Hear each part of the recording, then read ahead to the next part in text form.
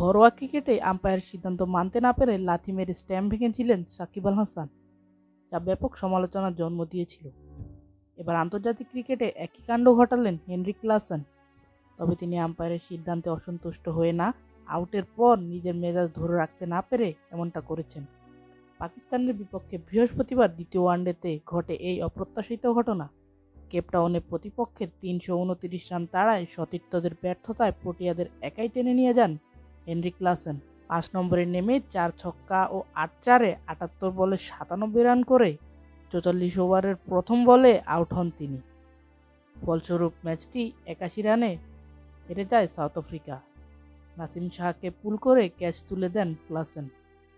Out হয়েই মেজাজ হারিয়ে স্ট্যাম্পে লাথি মেরে বসেন ক্লাসেন, যার দৃষ্টি এড়ায়নি আম্পায়ারদের, যার কারণে আইসিসির আচরণবিধির ২.২ ধারা ভাঙার অপরাধে ক্লাসেনকে ম্যাচ ফির ১৫% জরিমানা করা হয়। সঙ্গে তার নামের পাশে যুক্ত করা হয়েছে একটি ডিমেরিট পয়েন্টও।